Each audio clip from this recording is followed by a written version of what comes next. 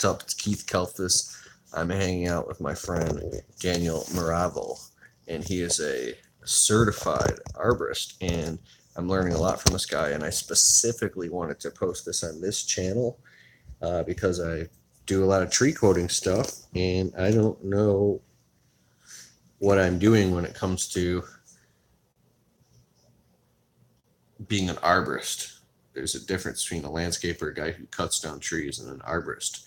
And the arborist is very aware of very important things. So here on this channel, those of you that follow, what's up? This is like my top secret channel. But anyways, so tell a little bit about how you can become a certified arborist and why it's so important to not just run around cutting down trees. And this guy owns an entire company with like 12 up to 30 employees, tons of equipment. He's the real deal, and he's got tons of certifications. What's up, Wilbur? Right, go ahead. Hey, what's up, guys? Thanks for watching. If you want to take things to another level, then you become a certified arborist. Oh, we're just chilling, by the way. We've been hanging out for a few hours. We got some food. Now we're just sitting on the couch looking at videos of him doing arbor work. So just setting up the context. Go. The best thing to do is just reach out to the International Society of Arboriculture, and that would be online. Google them. The Tree Care Industry Association is another good group to belong to. So I belong to the TCIA, or Tree Care Industry Association. And I'm also a member of the International Society of Arboriculture. I'm a certified arborist. I'm tree risk assessment qualified with TCIA. I'm also a CTSP, which is a certified tree safety professional. So, there's two of us in my company. We train everybody how to be safe. Being an arborist isn't just about swinging from ropes in trees. That's not what it's all about. It's about when you go to a client's house and there's a dead tree, and let's say they have 4 other of the same kind. It's about having the wherewithal to understand why that tree died. So you can say, hey, Mrs. Jones, we're taking down this one tree, and that really sucks that has to happen. But here's what's wrong with the other 2 or 3, because maybe it has the same problem, and you want to be educated in knowing what that is. And that's how you separate yourself from the rest. Anybody can cut a tree down.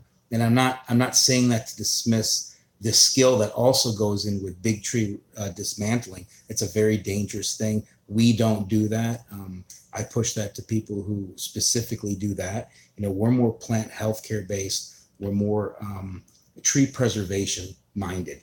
So if you go down that path of arboriculture and becoming a certified arborist, it's kind of like being a doctor.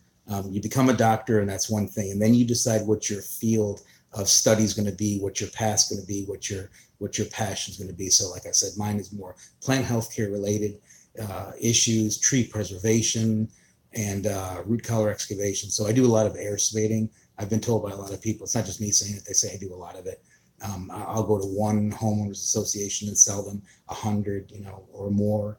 And that's just air tillage, cultivation, adding amendments, blending it in, critical root zone therapy, girdling root removal, stuff like that. So everything you're saying right now is so much gold that I wish that because you're naming off doors that people can walk through. Like, oh, I didn't know that existed. Oh, I didn't know that existed. Oh, I didn't know. And my mission through this whole thing is to get people to understand that if you're going to come into the green industry and you want to make this your profession, become a professional. So go down the path of raising your own professionalism. And I always say the green industry is a great place where if you did not do well in traditional platforms of education, like I didn't, my story is I had to quit school. I had to drop out of school. It doesn't mean I'm a dummy, and it doesn't mean that I hate school or formal education, because we need a lot of biologists and botanists in our business as well. But if perhaps you're one of those people, you just didn't do well in that. If your passion is trees or green spaces, the urban forest, then our industry has organizations that can lead you down a path of raising your professionalism, which separates you apart from everybody else. But you got to have 4 things to do it. You got to have the discipline, you got to have the perseverance, you got to have the empathy, and you got to have, I forget what the 4th one is, but it's like 4 main components that you've got to possess. You just got to want to do it. You really got to want to do it. But you can separate yourself from the rest of the pack. It's not easy though. It's not easy at all. But, so if you're a tree climber and you're in trees and you're good at that, you got to understand there's a shelf life behind that too. Your knees, your back, all that's not going to hold out forever. So what are you doing right now? You're working 8-10 hours a day. What are you doing with the rest of the time? There's 168 hours in a week. You're working 60 of them. I understand there's another 100. You're sleeping another 65, 40, 65, 70 hours. What are you doing with the rest of your time? Use it, learn, educate yourself, raise your awareness. Base. So there you go. Check out the International Society of Arborists and the Tree Care Industry Association, right? Yep. Thank you, Mr. Daniel Marable. You're welcome. Check this guy out on Facebook. Soon to have a YouTube channel. Yes. He's going to help me. Yes. Later.